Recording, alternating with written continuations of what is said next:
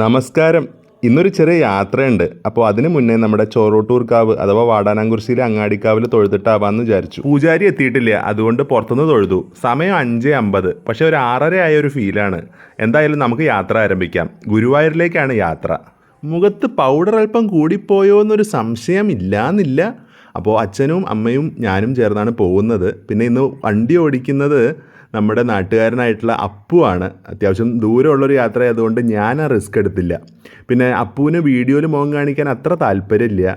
കുട്ടാപ്പീനെ ഒന്ന് ഗുരുവായൂർ കൊണ്ടുപോകണം, ഗുരുവായൂർ വെച്ച് പൂജ നടത്തണം, അതാണ് ഇന്നത്തെ പരിപാടി. ആ കുട്ടാപ്പി എന്ന് പറയുന്നത് നമ്മുടെ ഈ കാറാണ് കേട്ടോ. വാടാനാംകുറിശ്ശിയിൽ നിന്ന് മോങ്ങല്ലൂരിലേക്ക് നല്ല റോഡാണ് കേട്ടോ. പക്ഷേ ഓങ്ങല്ലൂരിൽ നിന്നും പട്ടാമ്പിയിലേക്കുള്ള റോഡിൻ്റെ അവസ്ഥയെക്കുറിച്ച് പറയാതിരിക്കുക ഭേദം. അതുകൊണ്ട് തന്നെ ഞങ്ങൾ മരുതൂര് വഴിയാണ് പട്ടാമ്പിയിലെത്തിയത്. പട്ടാമ്പിയിൽ നിന്നും ഗുരുവായൂർ റോഡിലേക്ക് തിരിഞ്ഞു. രാവിലെ ആയതുകൊണ്ട് റോഡിൽ കാര്യമായ തിരക്കൊന്നുമില്ല. പട്ടാമ്പിയിൽ നിന്ന് കുന്നംകുളം വഴി ഗുരുവായൂരിലേക്കും ഏതാണ്ട് 33 കിലോമീറ്റർ ഉണ്ട്.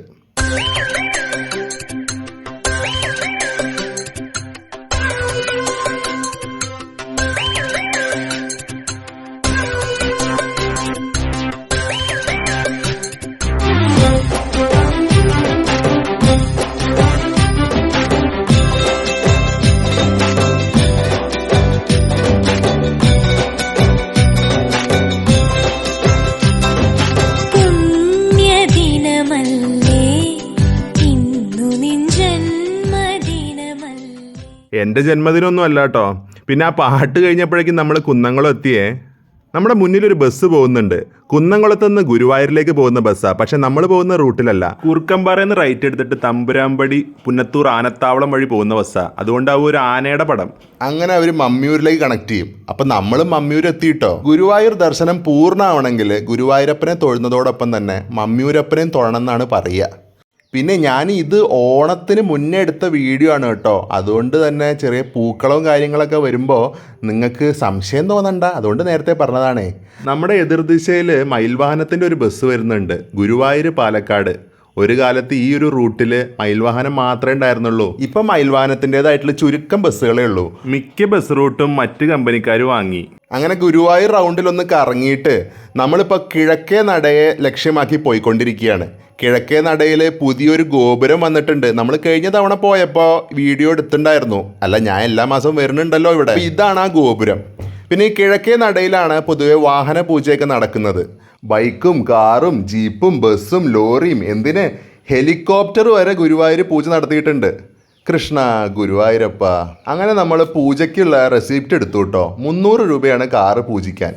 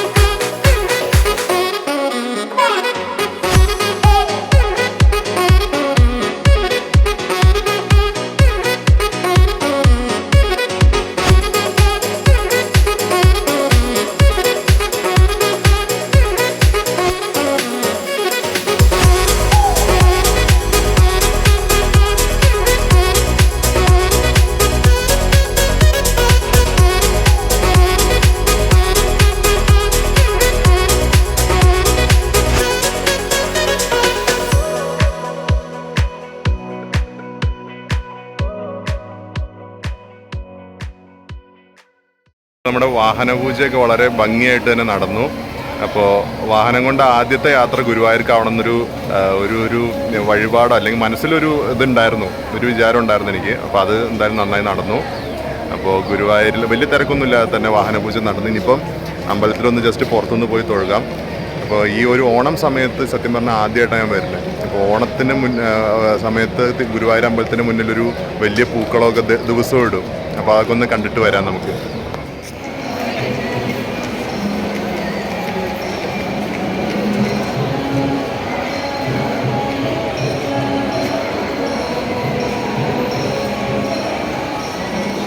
ഗുരുവായൂർ ക്ഷേത്രത്തെക്കുറിച്ച് ഒരു മലയാളിക്ക് പറഞ്ഞു തരേണ്ട ആവശ്യമൊന്നുമില്ലല്ലോ. എന്നാലും പറയാം, തൃശ്ശൂർ ജില്ലയിലുള്ള ഈ ഒരു ക്ഷേത്രം എന്നെ സംബന്ധിച്ചിടത്തോളം വളരെ പ്രിയപ്പെട്ടതാണ്. ഇവിടെ വരുമ്പോൾ കിട്ടുന്നൊരു പോസിറ്റീവ് ഫീല് അതൊന്ന് വേറെ തന്നെയാണ്. ഗുരുവും വായുവും ചേരുന്ന ഇടം ഗുരുവായൂർ. നമ്മളീ വീഡിയോ ഷൂട്ട് ചെയ്യുന്നത് പൂരാടം ദിവസമാണ്. എല്ലാ വർഷവും ഓണം തുടങ്ങുന്ന അത്തം നാൾ മുതൽ ഗുരുവായൂരപ്പൻ്റെ നടയ്ക്ക് മുന്നിലായിട്ട് വലിയ പൂക്കളിടും. ഒരുപാട് പേര് ചേർന്ന് നടത്തുന്ന ഒരു കൂട്ടായ്മയാണത്. പുലർച്ചെ 1 മണിക്കോ 2 മണിക്കൊക്കെ തുടങ്ങും അതിൻ്റെ പരിപാടികൾ. അപ്പോൾ ഇതാണ് ഇക്കൊല്ലത്തെ പൂരാടം പൂക്കളം.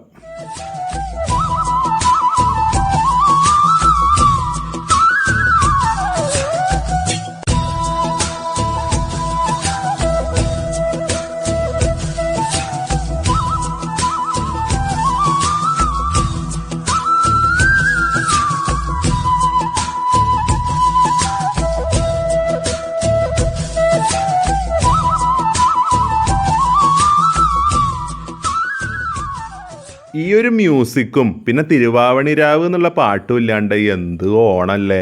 ഓണം കഴിഞ്ഞു എന്ന് വിചാരിച്ചിട്ട് നമുക്ക് ഈ മ്യൂസിക് മറക്കാൻ പറ്റുമോ? ഇന്ന് നല്ല മുഹൂർത്തമുള്ള ദിവസമാണ് തോന്നുന്നു. അതുകൊണ്ട് കല്യാണങ്ങളുണ്ട്.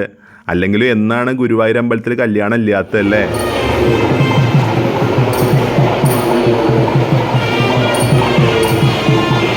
ഈ അടുത്തൊരു ഞായറാഴ്ച ഗുരുവായൂരപ്പന് മുന്നിൽ 360ഓളം കല്യാണങ്ങൾ നടന്നു. അത് ഇവിടുത്തെ ഒരു റെക്കോർഡാണ്. പിന്നെ ഈ ഒരു സ്ഥലം എനിക്ക് വളരെ പ്രിയപ്പെട്ടതാണ്. കാരണം എന്താണെന്ന് വെച്ച് കഴിഞ്ഞാൽ മൊബൈൽ ഫോണൊന്നും കയ്യിലില്ലാണ്ട് നല്ല സ്വസ്ഥമായിട്ട് ക്ഷമയോടുകൂടി എല്ലാവരും കൂടി ഇരുന്ന് വർത്തമാനം പറയുന്ന ഒരു സ്ഥലമാണ്. മേൽപ്പത്തൂർ ഓഡിറ്റോറിയത്തിൽ കുട്ടികളുടെ നൃത്ത അരങ്ങേറ്റം നടക്കുന്നുണ്ട്. അപ്പം ഞാൻ ഒന്നുകൂടി ഭഗവാനെ മനസ്സുരുകി പ്രാർത്ഥിച്ച് ഗുരുവായൂർ അമ്പല നടയിൽ നിന്നും തൽക്കാലത്തേക്ക് വിടവാങ്ങുകയാണ്.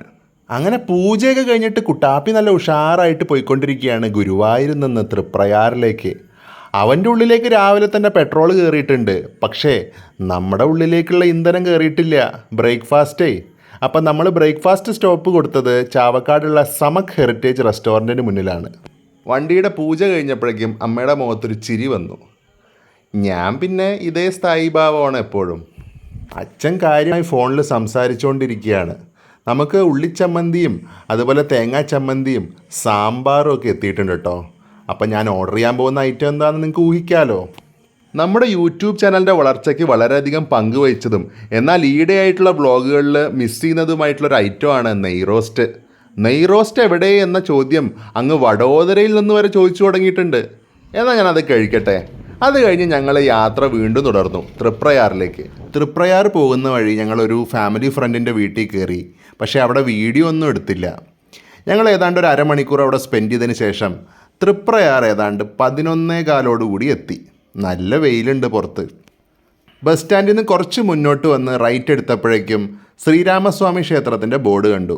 ഏതാണ്ട് 7 വർഷങ്ങൾക്ക് ശേഷമാണ് ഞാൻ ഈ ക്ഷേത്രത്തിലേക്ക് വരുന്നത്. തൃശ്ശൂർ ജില്ലയിലെ നാലമ്പല ദർശനം ഇവിടുത്തെ ശ്രീരാമസ്വാമിയെ ദർശിച്ചാണ് ആരംഭിക്കാറുള്ളത്.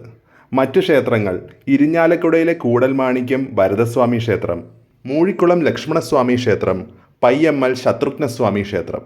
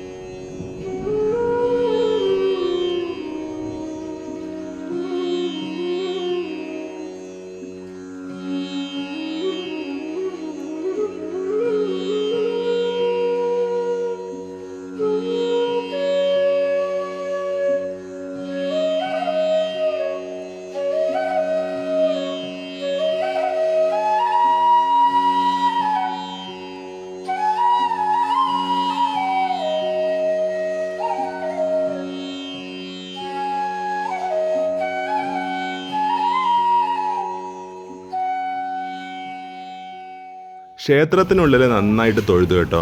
അതിനുശേഷം പുറത്തിറങ്ങിയപ്പോൾ ഇവിടെ കാണുന്നത് കരുവന്നൂർ നദിയാണ്. കോഴിക്കോടും കൊടുങ്ങല്ലൂരും കണക്ട് ചെയ്യുന്നൊരു നദി. തൃപ്രയാർ ക്ഷേത്രത്തിന് മുന്നിലുള്ള കടവിൽ മീനൂട്ട് നടക്കുകയാണ്. അതായത് മീനുകൾക്കുള്ള ഭക്ഷണം നമ്മൾ കൊടുക്കുന്നു. അതൊരു വഴിപാടാണ്. ഞാൻ വരണം.